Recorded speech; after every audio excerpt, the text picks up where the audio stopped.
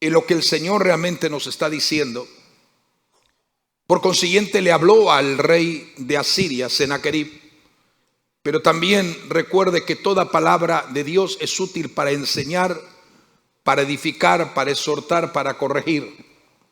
Y unas cosas interesantes es que Jesús dijo que el cielo y la tierra pasarían, pero sus palabras no pasarían ciertamente. No dijo en ninguna parte el cielo y la tierra pasarían, pero el Nuevo Testamento no pasaría, sino que dijo mi palabra, y la palabra es Génesis y Apocalipsis. Significa y representa que cada parte que nosotros podamos estudiar, podamos leer, podamos escudriñar mediante la gracia y la unción del Espíritu Santo, siempre va con una connotación espiritual que la podemos aplicar a nuestras vidas, especialmente cuando estamos hablando del factor o del área profética. Entonces, yo quiero sencillamente recordar lo que dice las Sagradas Escrituras en Isaías. Y una de las cosas que esta palabra decía el profeta, Dios por el profeta, este es el consejo que está acordado sobre toda la tierra, y está la mano extendida sobre todas las naciones, porque Jehová de los ejércitos lo ha determinado. ¿Y quién lo impedirá? Y su mano extendida, ¿quién la hará retroceder?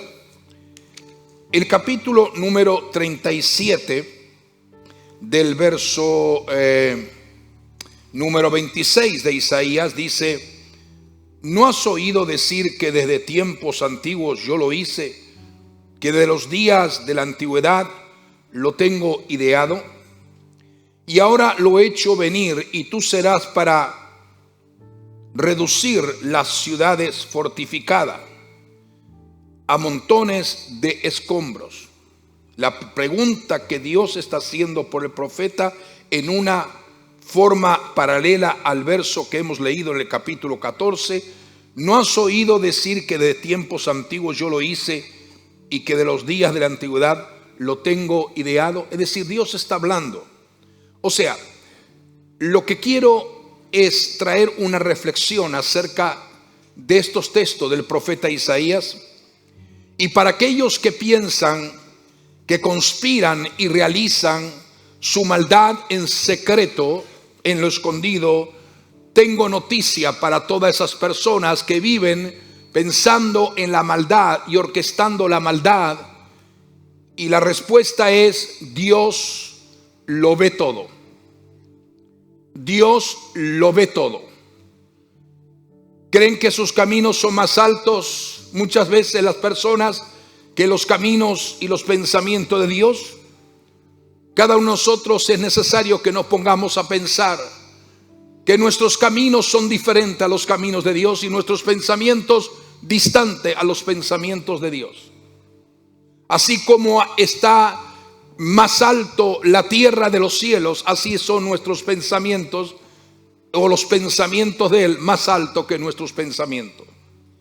Y podemos observar que de tiempos memorables, según el registro de la palabra profética de Dios, el hombre siempre ha elegido su propia forma de vida y ha decidido que no tiene ninguna responsabilidad de obedecer a Dios o de aceptar al Dios de la creación.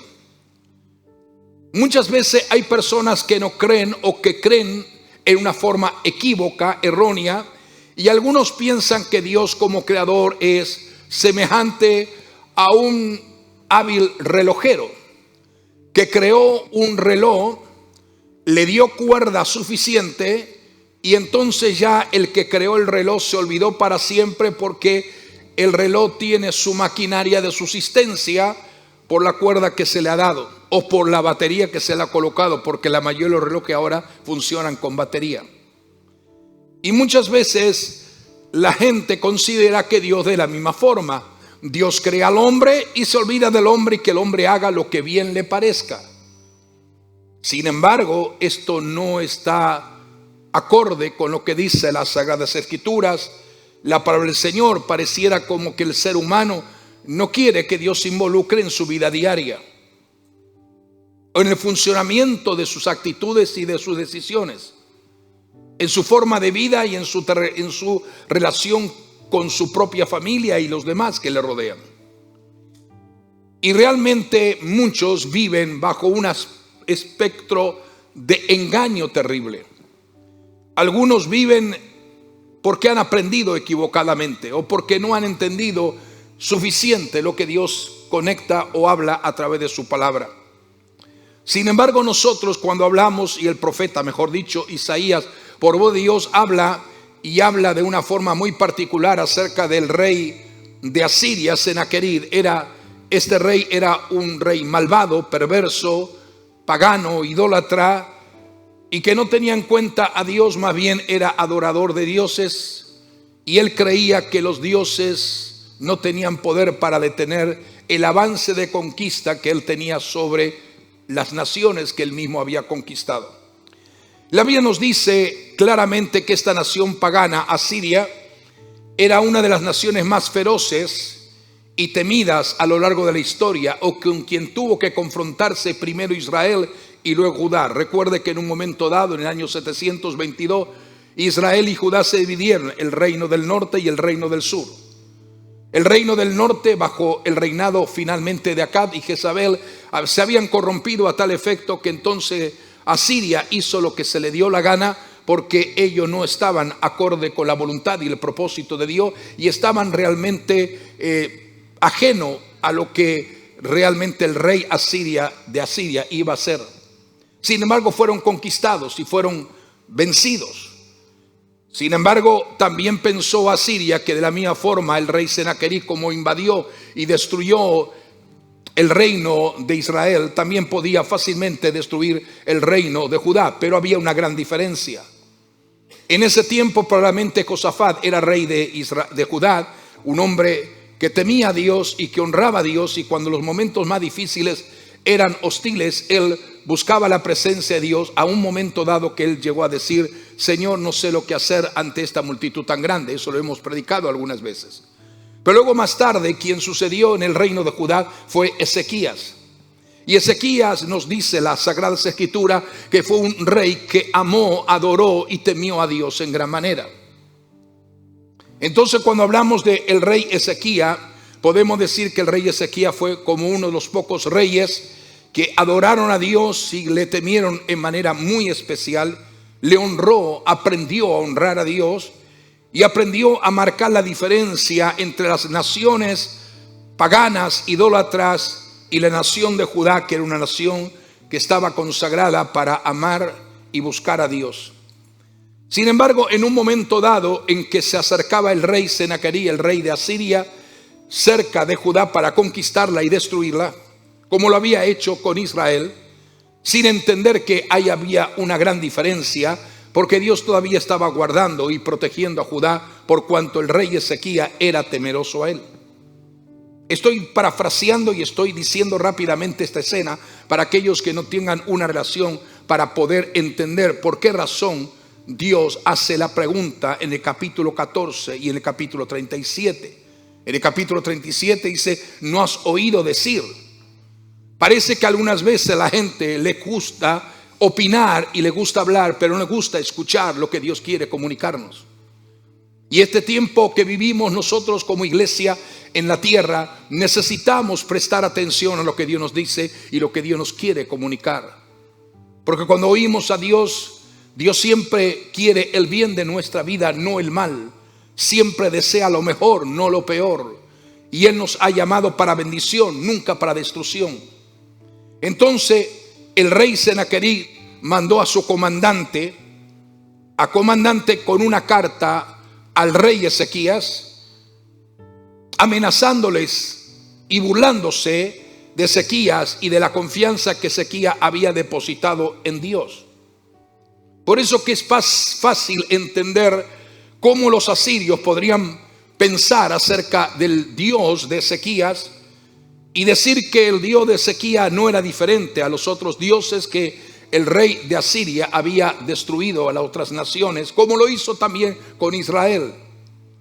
Todos los pueblos que Asiria había invadido lo destruyó, y cada uno de estos pueblos, según la mentalidad de este rey, tenían sus propios dioses que resultaron inútiles ante la fuerza y ante la invasión de sus ejércitos. Incluso, vuelvo a repetir, el rey del norte, o sea, de Israel, también que fue vencido por cuanto habían sido o se habían alejado de Dios. Por supuesto, el caso de Judá era un caso totalmente diferente. Primero, porque todavía temían a Dios. Segundo, porque tenían un rey que sabía confiar en Dios y sabían en quién había creído. Israel había caído profundamente en una apostasía, como muchos creyentes cristianos hoy están cayendo, pero hay un remanente fiel que sigue creyendo y pensando que Dios sigue siendo Dios. Y entonces significa que como él había pensado destruir a una nación, también destruyó a esta que también confían y creen en el mismo Dios. Y este fue el error fatal que cometió el rey Senaquerib al intentar atacar a Judá. Y después, justamente, de que el rey mandó la carta, entonces, ¿qué hizo Ezequías? Ezequías entró en la presencia de Dios y comenzó a orar. Le suplicó misericordia a Dios por el pueblo de Judá.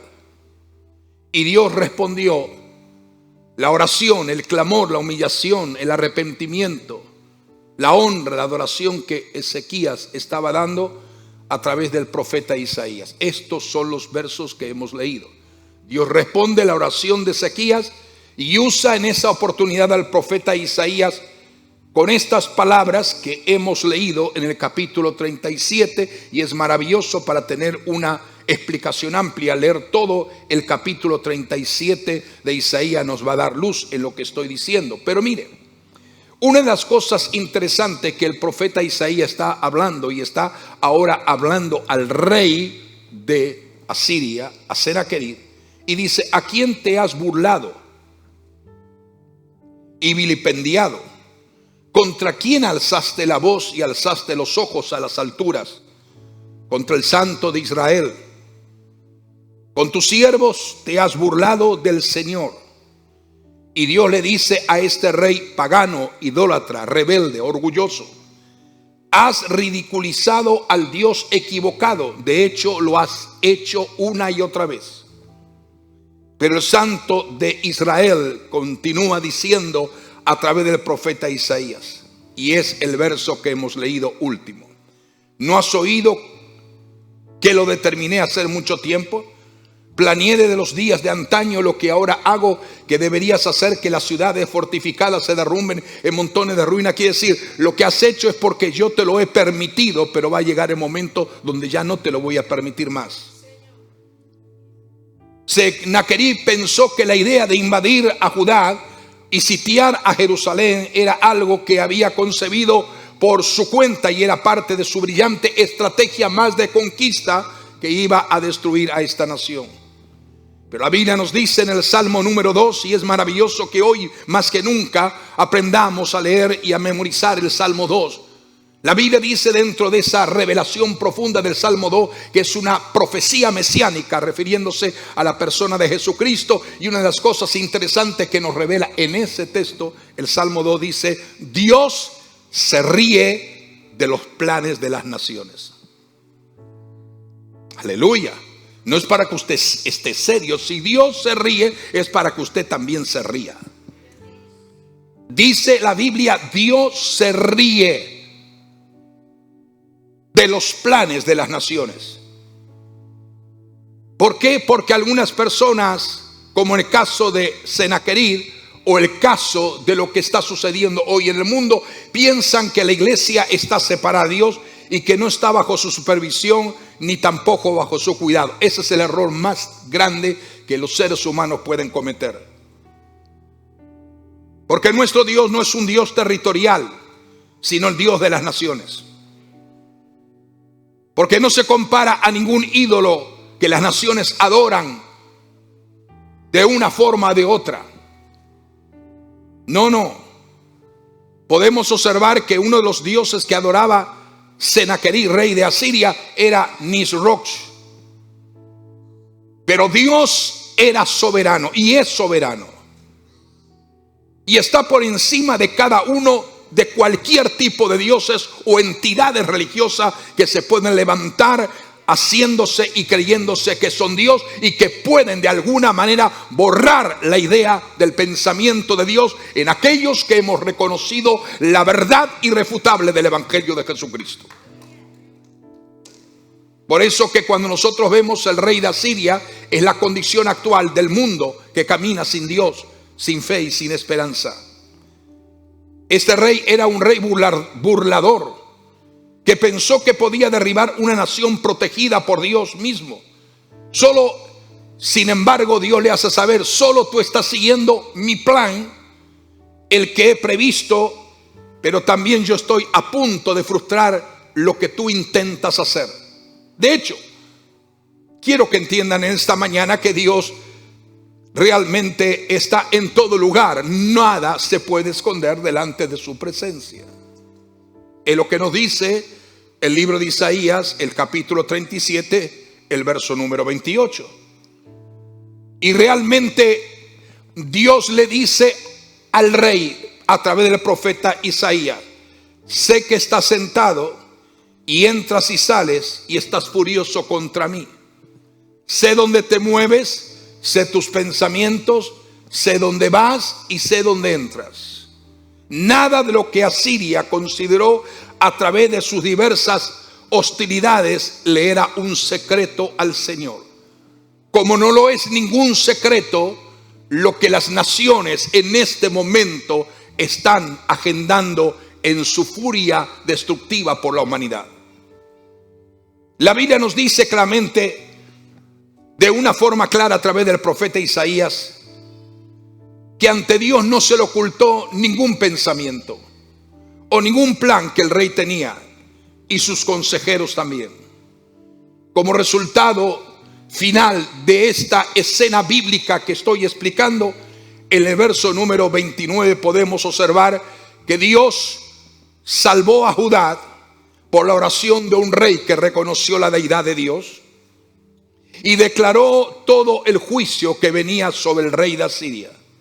Y mira cómo dice: porque te has enfurecido contra mí y tu complacencia ha llegado a mis oídos, pondré mi garfio en tus narices y mi bocado en tu boca, y te haré volver por el camino por donde viniste, pero no podrás entrar a Judá. Y esto sucedió literalmente tal como el profeta Isaías había recibido por voz de Dios y le anunció al rey Ezequías. O sea, Dios hizo que el rey asirio se apartara de Judá sin hacerle ningún mal. O sea, ¿sabe lo que Dios hizo? Dios descendió, no mismo envió un ángel, dice literalmente las escrituras, envió un ángel en una de las mañanas al campamento asirio, y solo un ángel acabó con 185,000 de sus tropas que estaban preparadas para destruir a Judá. Un solo ángel, 185,000. Fue un devastador o una devastadora derrota para este rey orgulloso, lleno de ambición y que no temía a Dios.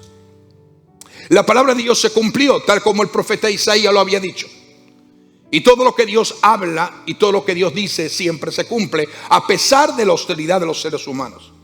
Ahora, la pregunta mía en esta mañana es: ¿qué podemos sacar de esta escena bíblica o de esta enseñanza bíblica?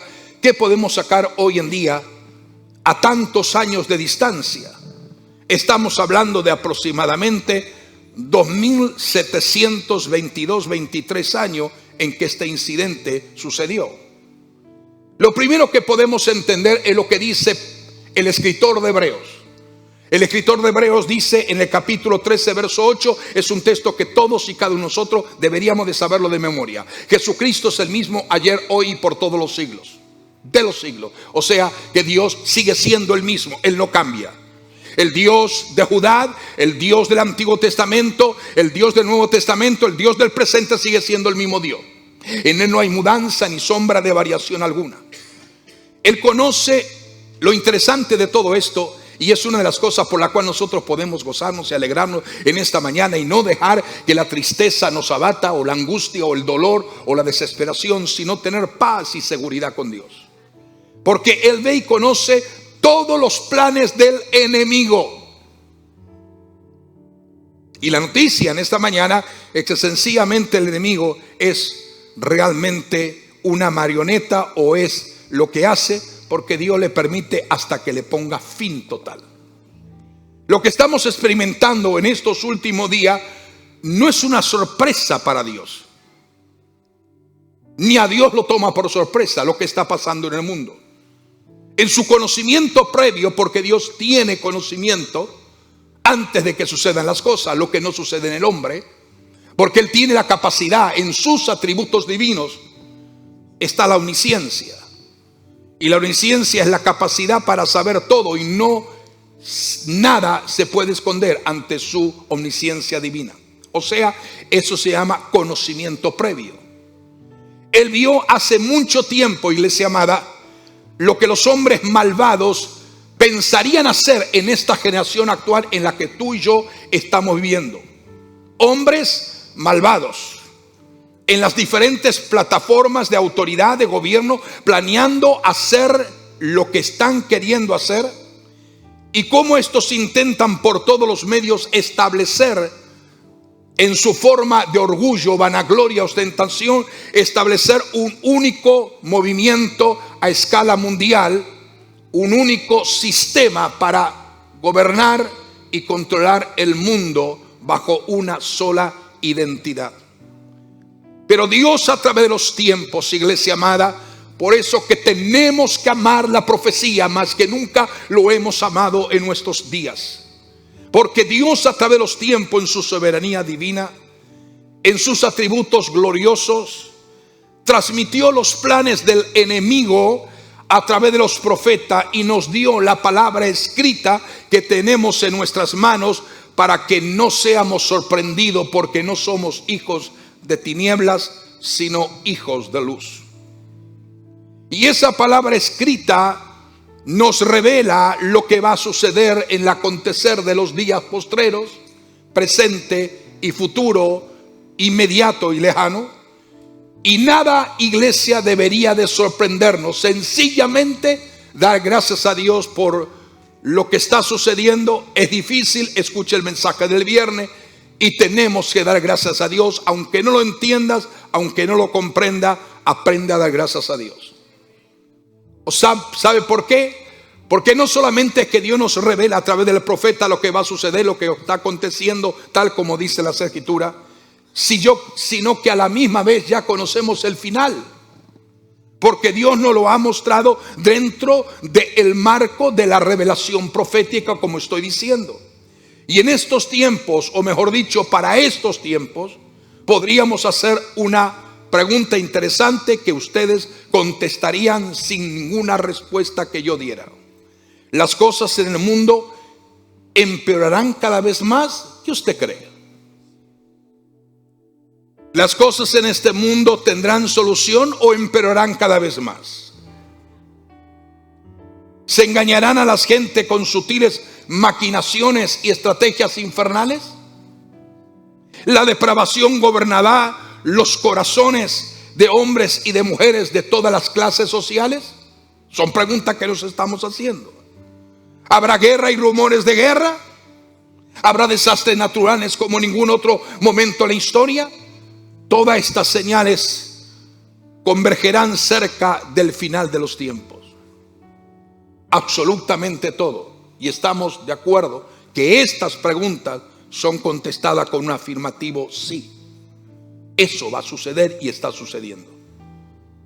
Entonces debería de ser una sorpresa para la iglesia realmente lo que está sucediendo a nuestro alrededor.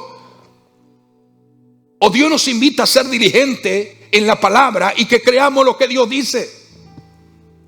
Porque algunas veces hay una parte de la cristiandad, pseudo cristiandad, que cree más a lo que el hombre y la gente dice que lo que Dios dice en su palabra.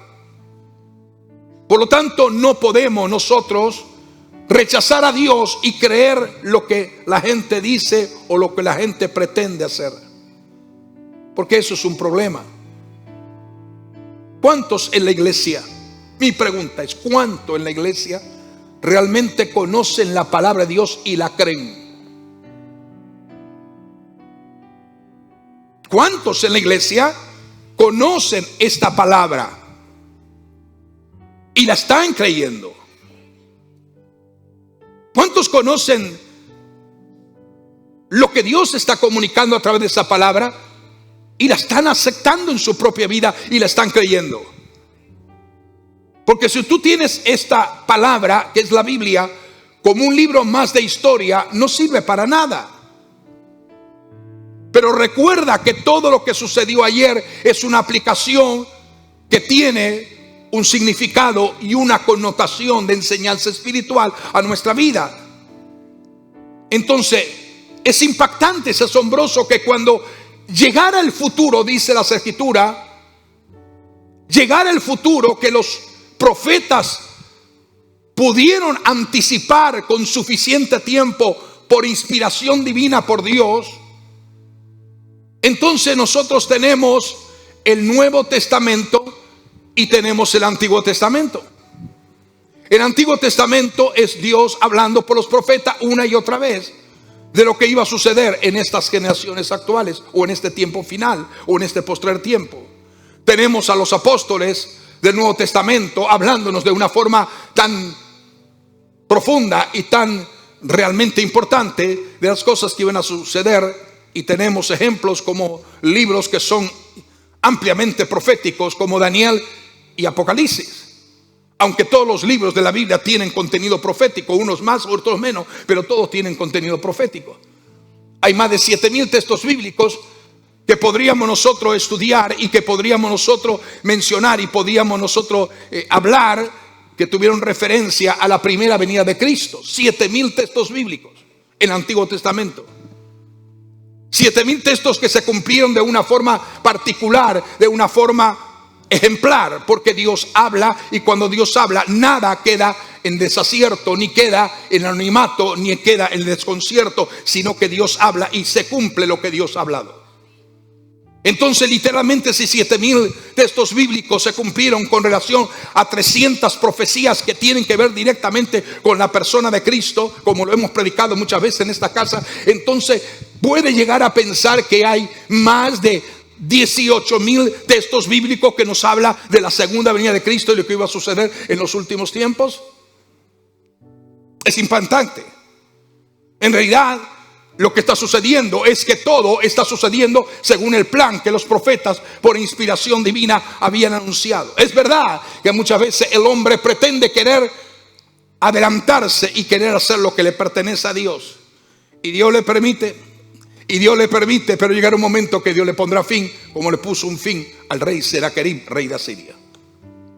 Específicamente, cuando nosotros leemos, el apóstol Pedro inscribió inspirativamente por voz de Dios extraordinarias revelaciones con un contenido ampliamente de énfasis al factor de la profecía bíblica. Y dice: los profetas que profetizaron de la gracia, 1 de Pedro capítulo 1 verso 10 al 12, los profetas que profetizaron de la gracia destinada a vosotros e inquirieron diligentemente, indagaron acerca de esta salvación, escudriñando qué personas y qué tiempo indicaba el Espíritu de Cristo que estaba en ellos, el cual anunciaba de antemano los sentimientos, o los sufrimientos, mejor dicho, de Cristo y las glorias que vendrían tras ellos. A esto se le reveló que no para sí mismos, sino para nosotros administraban las cosas que ahora son anunciadas por lo que os han predicado el Evangelio por el Espíritu Santo enviado del cielo, cosas en las cuales anhelan, mire, observe, cosas sobre las cuales anhelan mirar y conocer los ángeles. Qué interesante, qué interesante. Cosas sobre las cuales anhelan mirar y conocer los ángeles. ¿Alguien cree que conoce todo acerca del Evangelio y que no necesita más horas de estudio, de reflexión, de oración y meditación en la palabra del Señor? Si dice que sí, está totalmente equivocado. Porque los ángeles, cuya inteligencia es superior a todas nuestras, realmente y a la inteligencia supuestamente artificial que pretenden hoy en día hacerla un Dios? En muchos titulares aparece que la inteligencia artificial está creando un Dios. No, a Dios no se le crea, el verdadero Dios siempre ha existido. Pero todo lo que el hombre hace, intenta crear, intenta suplantar al Dios verdadero. Entonces, los ángeles cuya inteligencia es superior a la nuestra, anhelan aprender y conocer más de Dios, y eso que están viviendo con Él desde mucho tiempo en la eternidad. Y bíblicamente Pedro dice, los ángeles anhelan conocer y mirar aún más. O sea, eso te está dando a entender que tú todavía no estás en cuerpo glorificado. Por lo tanto, tienes que anhelar aprender más de Dios. Porque la única manera de mantenerte en pie, estable, consistente, firme, sin doblegarte, sin retroceder, sin debilitarte, sin dejar de servir y amar profundamente al Dios que por medio de Cristo pagó el precio en la cruz, es amando su presencia y conociendo su palabra. Por eso que Pedro dice en el verso 13, mire qué texto maravilloso, dice, por tanto ceñid los lomos de vuestro entendimiento, ceñid los lomos de vuestro entendimiento. Sé sobrio y esperad por completo en la gracia que os traerá cuando Jesucristo sea manifestado. Oh, aleluya, esto cada vez está más cercano. Y el verso 14 dice, como hijos obedientes, no os conforméis a los deseos que antes tenían, estando en vuestra ignorancia, sino como aquel que os llamó es santo, sed también vosotros santos en toda vuestra manera de vivir, porque escrito está, sé santo, porque Dios está diciendo, yo soy santo. O sea, lo que nos está comunicando Pedro, en conexión con lo que estamos hablando de Isaías, es que el futuro establecido, planificado por Dios, está llegando a un momento del fin, a un lugar específico. Y lo que Pedro está diciendo, que cuando llegue ese punto de lo que los profetas habían hablado, cuando llegue ese punto del momento final o postrero, habría gente que estaría esperando con expectación de gloria el cumplimiento de tales profecías. Ejemplos tenemos en la Biblia. ¿Se acuerdan ustedes cuando fueron a presentar a Jesús al templo? En el templo nos dice que estaba Simeón y que estaba Ana. ¿Se acuerdan ustedes de ese pasaje? En la Biblia dice. Y dice que cuando llevaron al Señor para ser presentado en el templo, al verlo Ana, que era una profetisa que estaba en el templo, dice Dios, si ahora quieres llevarme, llévame, porque mis ojos han contemplado la salvación de Israel. ¿Quién le dijo a Ana eso? Es porque tenía una relación con lo que decían las profecías del Antiguo Testamento. También Simeón dijo tales palabras: mis ojos han visto la salvación de Israel. Y entonces, pensando en eso mismo, Pedro escribe en su segunda epístola del capítulo 1 y verso 20-21, diciendo, entendiendo primero esto, que ninguna profecía de la Escritura es de interpretación privada, es decir, nadie tiene el man-in exclusivo de la interpretación profética. Cuando usted aparezca y cuando escuche a ciertos individuos, yo tengo la revelación del último momento, la revelación del último momento siempre será la palabra de Dios.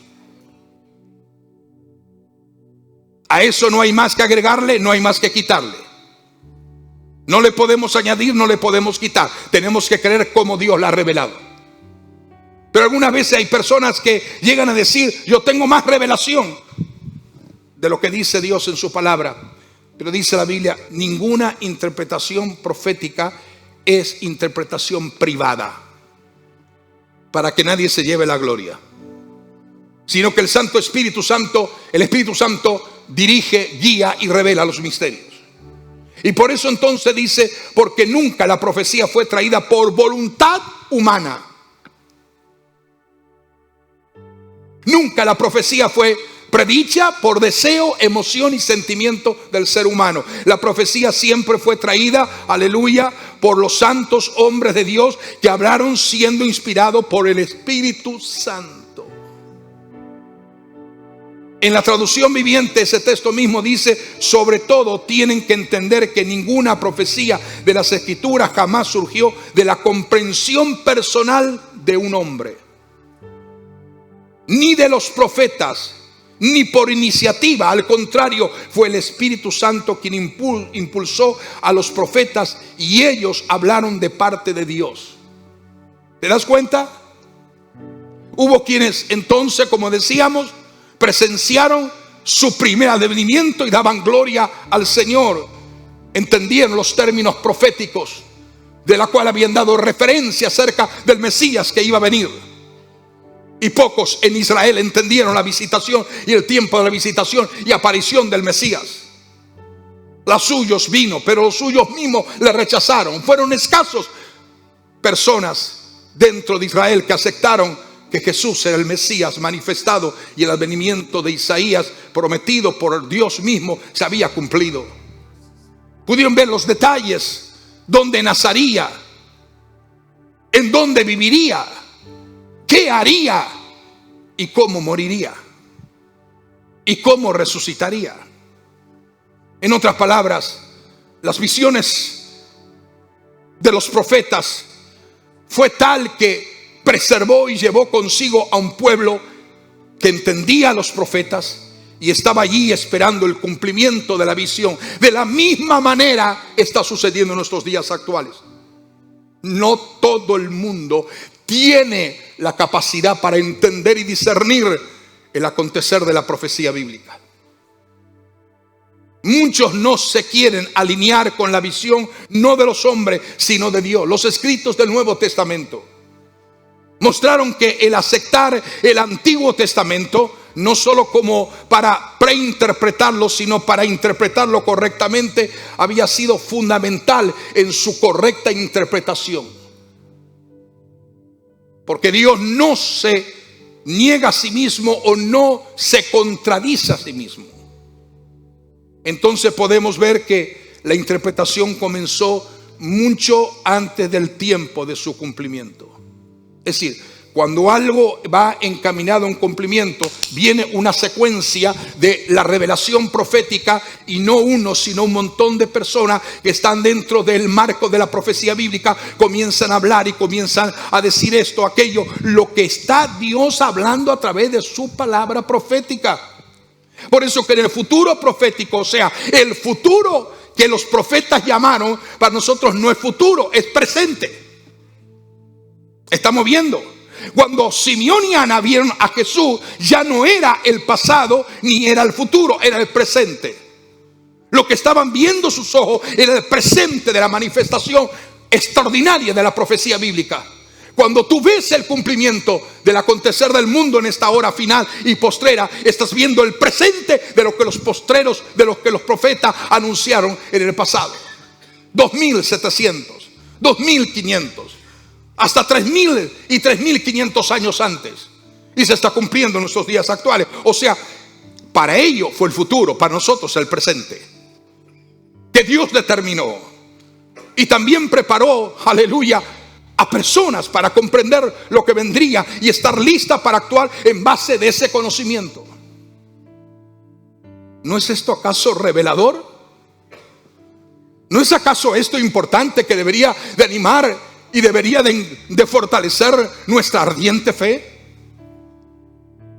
¿Quién es el que espera el cumplimiento literal y total de toda la profecía bíblica? Como la pronta venida de Jesús en las nubes por su iglesia amada,